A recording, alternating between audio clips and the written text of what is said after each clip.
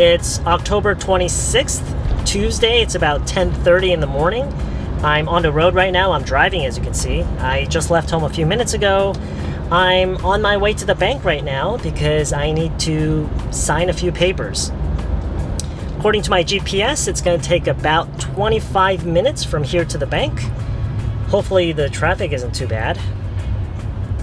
Anyway, so yeah, I think it's just going to be a very quick trip to the bank. I'll be in and out in about 15-20 minutes.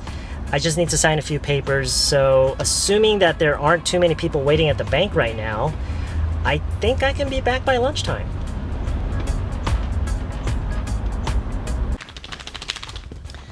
Okay, it's about 3 in the afternoon. As soon as I got back from the bank, I took my dogs out to the park. We spent about 2 hours there, and now we're back, and it's time for me to get to work.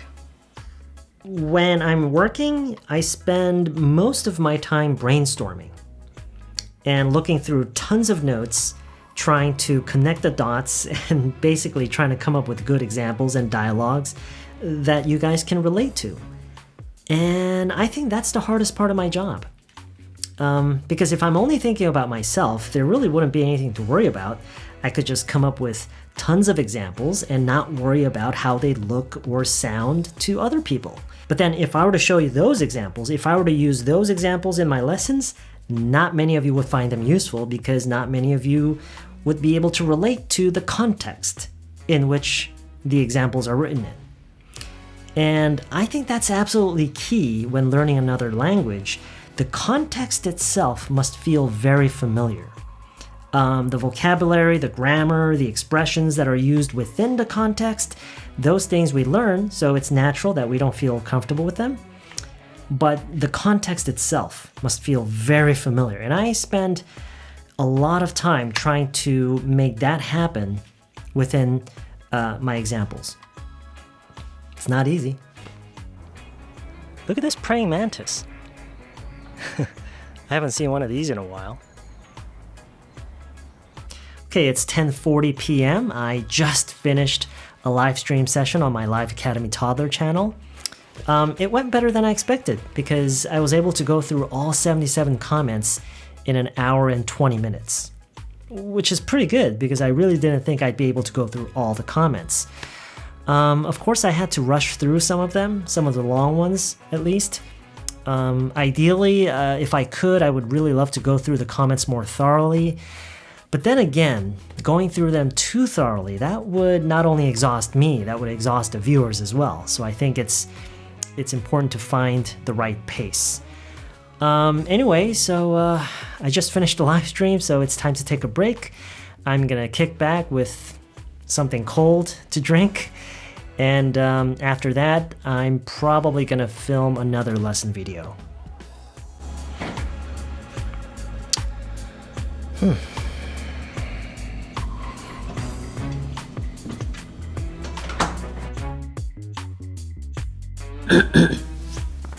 Okay, I just got up. It's October 28th, Thursday. It's about 9 o'clock in the morning. I was up until 4:30 this morning working on a script. Yeah, that script is taking longer than usual. Sometimes the scripts, they come out instantly. Sometimes they take all day. Sometimes they take a couple of days, and sometimes up to a week. And so you can imagine that I have about 3 or 4 scripts that I'm working on at the same time. Yeah, so it's time to get back to it.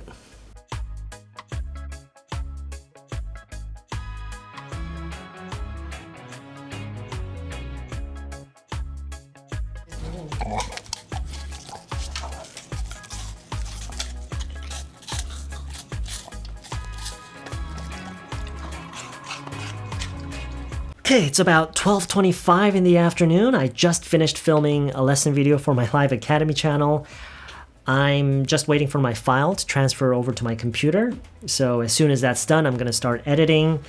I think it's going to take about 3 hours, maybe less. And after I edit the video, it takes the program another hour or so to process all that information and give me an actual video file that I can upload. And the upload takes about another half an hour. So if I'm lucky, I'll be able to get the video uploaded around 4 o'clock, maybe 4:30. It's a little later than I usually prefer to upload my videos, but hey, what the heck.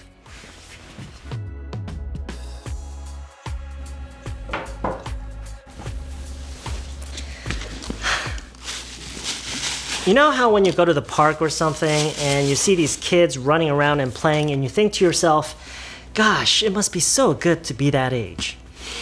All they have to do is play with their friends, listen to their parents, stay out of trouble, eat well, stay healthy, and just play.